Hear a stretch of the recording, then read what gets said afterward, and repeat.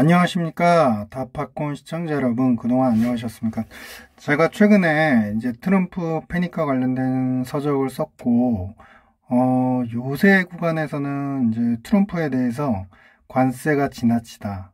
그래서 미국 내부에서도 반발이 있고, 그리고 한국의 입장에서도, 그리고 기타 다른 나라의 입장에서도 상당히 관세에 대한 불합리함을 표출하고, 여기에 의거해서 많은 분들이 비난과 함께 트럼프가 미국 내에서도 상당한 역풍을 맞고 있다. 여러 가지 시위와 지지율의 변화가 크게 생기고 있다. 이러한 내용들이 굉장히 왜곡된 사실이 있고 편향적인 사실이 있다는 것을 여러분들께 말씀드리고, 이 편향적인 사실 때문에 우리는 지금 기회를 놓치고 있다. 앞으로 펼쳐질 일에 대해서 또다시 한번 망각을 하고 있다. 이런 내용을 전달드리고자 합니다. 그 핵심의 표를 제가 전달드리고자 합니다. 지금 트럼프의 관세 정책은 분명히 말하면 불합리합니다. 동맹국들 입장에서도 불합리하고, 중국에 대해서는 뭐 더할 나위도 없이 거의 100% 이상의 관세를 매길 것이 사실상 기정사실이기 때문에 지금 트럼프가 완화적으로 미국과 중국이 관세 협정을 할 수 있고 시진핑을 좋아한다, 이런 발언은 사실상 무의미하다. 이미 정상무역관계를 철회했던 것부터, 그리고 일기 때의 국가안보전략보고서와 트럼프가 이번에 국가경제위원장으로 삼은 미란 보고서의 내용을 봤을 때 그 내용만 보더라도 중국과는 이제는 단절하고 자기의 편으로 똘똘 뭉치는 그러한 블록을 만들 것이다. 이 블록에서 제일 중요한 국가들이 어딜까요? 바로 한국, 일본, 영국, 호주, 인도입니다. 다행히도 이러한 우선 협상 대국국, 이 블록에 우리나라가 이렇게 선택될 수 있었던 것은 우리가 기술이 풍부하게 있고 여러 가지 산업적인 경쟁력이 있기 때문이다. 그런데 현실적으로 미국 내에서 이런 관세 역풍들이 과연 트럼프의 입지를 약화시키는 거냐? 그렇지 않다라는 걸 말씀드리고자 합니다. 이 표를 보시면 바로 이 표는 우리가 알고 있는 트럼프 일기 때 시행했던 TCJA의 일부 부분 중에서 세금 감면, 특히 개인과 관련된 소득세율 인하와 관련되는 부분들입니다. 여기에서 우리는 국내 언론이나 분석가들은 세금 감면이 사실 17년도에 이루어졌고 25년도에 만기가 돌아오니까 이제 이거를 10년 더 연장하겠구나, 동일한 내용이겠구나, 이렇게만 이해를 하고 계세요. 근데 이 표를 보시면 처음에 조인트, 부부 공동의 이익이 18,000불인 분들은 17년도 최초에는 10% 세율에 불과했습니다. 그런데 25년도에 가장 최근래의 TCJA를 보시면요, 23,000불까지가 지금 10% 관세, 10% 세율입니다. 죄송합니다. 즉 소득이 예전보다 높은 분들도 이제는 최저세율을 받게 됐다라는 것입니다. 특히나 중간 세 번째 라인을 보시면요, 과거에는 세 번째 소득 구간인 15만 불까지가 25%의 세율이었는데 지금은 20만 불, 정확히 20만 6,700불에 해당하는 소득 구간에 있는 분들이 22%의 세율을 분담합니다. 그러니까 15만 불이 예전에 25%를 분담했는데, 세율을 분담했는데 지금은 20만 6천 불에 해당하는 소득이 더 늘어난 분들도 지금 22%, 과거보다 더 적게 세금을 내고 있다는 거죠. 이게 굉장히 중요한 포인트입니다. 지금 최근에 TCJA 25년도 거를 보시면 50만 불에 육박하는 분들이 32%의 세율을 부과받게 돼요. 근데 과거에는 어땠죠? 17년도 최초에 보시면 47만 불인 분들이 35%. 즉, 이 이야기는 뭐냐면 과거보다 세율의 구간을 훨씬 높였어요. 소득의 구간을 넓히면서 대부분의 분들이, 즉 75만 불 이상, 우리나라 돈 치면 10억 이상입니다, 사실. 근데 이러한 초고소득 계층을 제외하고서는 나머지 분들이 대부분이 3%, 2%, 4% 내외 정도로 세율이 다 낮아졌습니다. 이렇게까지 세율 인하에 집중하는 것은 결국에 관세 전쟁을 치러서 물론 경제학적으로 그게 맞지 않습니다. 관세를 치르면 그건 재정 수입이 매겨진다. 즉 해외에 매기는 세금이다 표현을 하지만 정확히 말하면 상품에 대한 세금일 뿐이고요.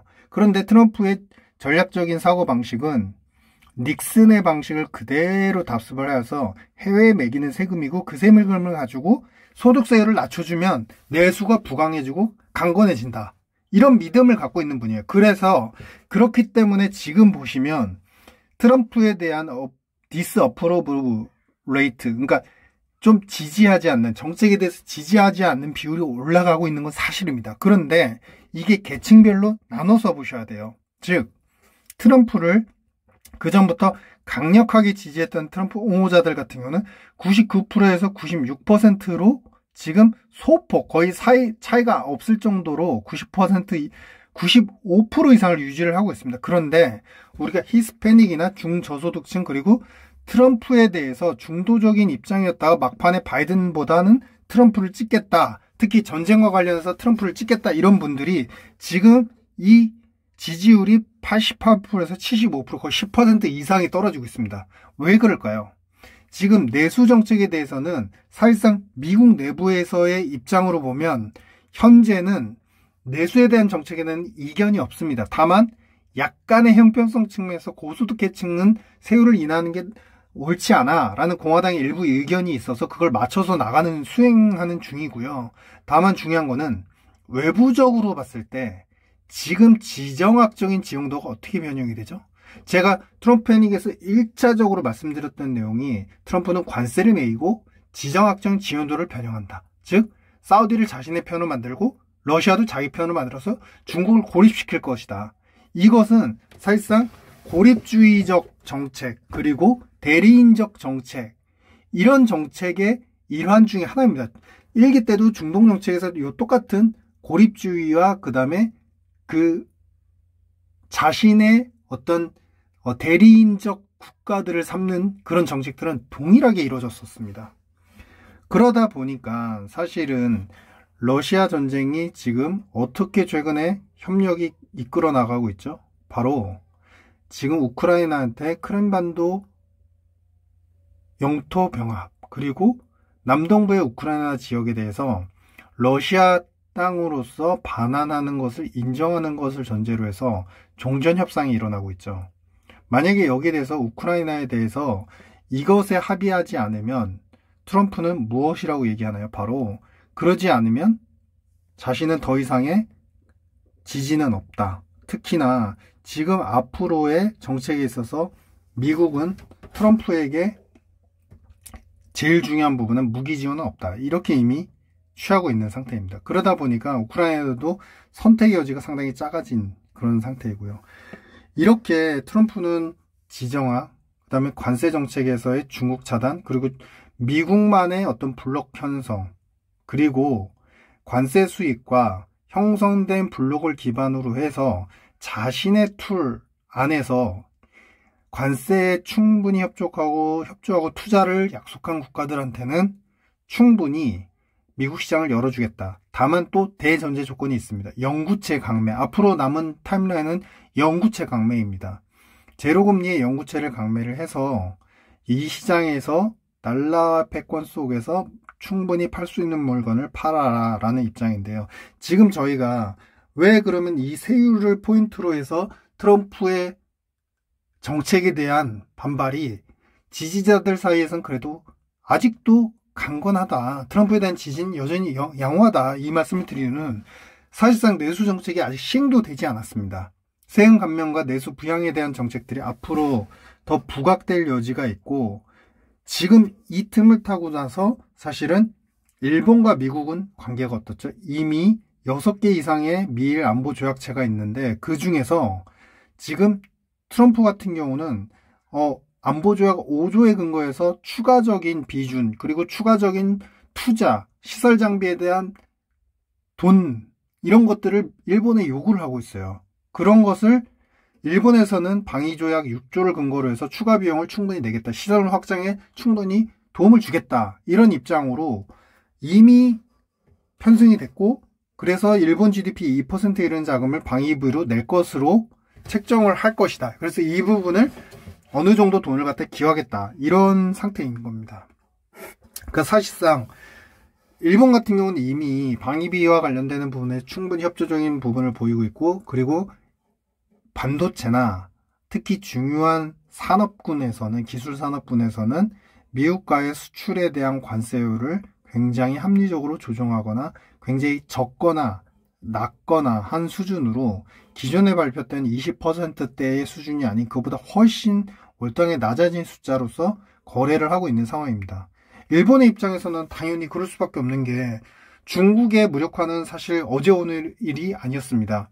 일례로 무인도인 센카구 열도 주변에서 이미 중국 해군 함정이 굉장히 무력화하는 행동들을 계속 보여왔고, 24년도에 거의 355일 정도인가, 그 1년 내내였죠. 1년 내내 다오위다오라는 섬 주변에서 그 해군 함정이 무력 장비를 이제 실은 채로 그 주변을 계속 항해를 하면서 일본의 무력감을 갖다가 계속 위시를 하거나 긴장을 고조하는 모습들을 보였습니다. 그러니까 이런 상태가 무장 상태로서 긴장을 고조시키고 안보적으로 굉장히 위협을 느끼게 하는 일본의 입장에서는 당연히 따라가야 됐던 상황이었고요.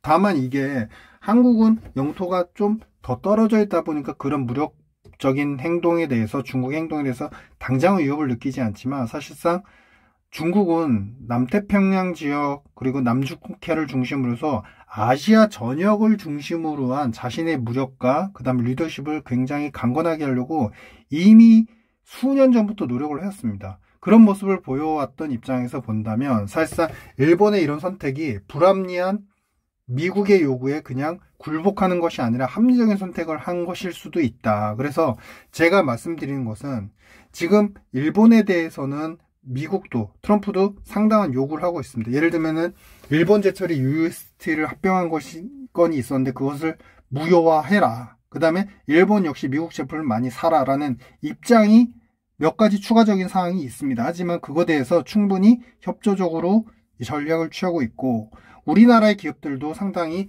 빠르고 선제적으로 굉장히 스트래터직하게 기술적으로 잘 접근을 하고 있는 것 같습니다. 그런 상황에서 우리가 추가적인 협의가 잘 이루어지고 우리가 차후에 정치적 리더십까지 잘 갖춰진다고 한다면 LNG 관련되는 탐사, 의약품, 반도체, 조선 등에서 사실은 수출의 확대 기회가 상당히 늘어날 수 있을 것이다.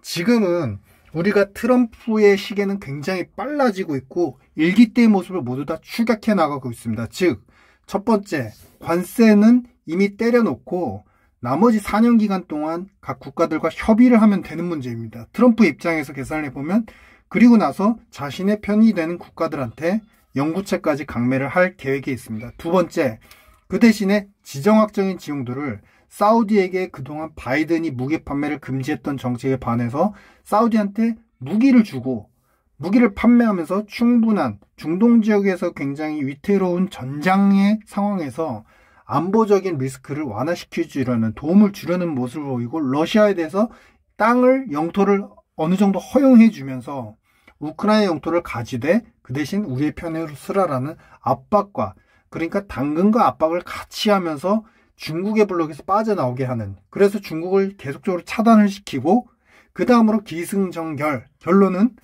내수배양을 통해서 자신이 마치 최근에 인위적인 경기 침체가 나타났던 모습들을 자신이 뭔가 리더로서, 위너로서 뭔가 해결하는 듯한 모습으로 리더십을 굳히려는 전략입니다. 이런 구간에서는 우리가 트럼프의 관세에 대해서 리스크하고 조심해야 되는 건 맞지만, 미국의 경기, 미국의 내수가 다시 세율 인하와 함께 부채의 부담 속에서 다시 확장될 수 있는 기회가 조만간에 올 수 있다. 그래서 이런 부분을 우리가 놓치지 말고 우리나라의 산업들 4개 말씀드렸던 LNG와 관련되는 새로운 전통 에너지, 원전 포함해서입니다. 그리고 두 번째는 의약품, 그 다음에 조선과 반도체, 이런 산업들은 굉장히 큰 기회를 얻으면서 우리나라의 수출 드라이브가 한 번씩 걸릴 수 있고, 중국이 차단되는 만큼 일본이 선점하기 전에 우리가 먼저 그 기회를 잡아야 된다는 점까지 강조를 해드리면서, 한국에 대해서 오히려 트럼프가 집권하던 시기에는 일정 부분 협정과 협력, 딜이 잘 된다는 관점에서는 기회가 있었다는 점을 꼭 기억하시길 바라면서, 항상 트럼프에 대해서 언제나 비난의 일색이 먼저 시작이 되지만 사실상 현실적인 대응 전략으로 본다면 그 속에서 기회가 존재했다라는 부분을 꼭 말씀드리고, 무분별한 비판에만 빠지는 미디어나 분석은 좀 지양했으면 하는 바람에서 이 영상을 마치도록 하겠습니다. 또 다음에 좋은 이슈가 있을 때는 여러분들을 찾아뵙고 말씀드리겠습니다. 감사합니다.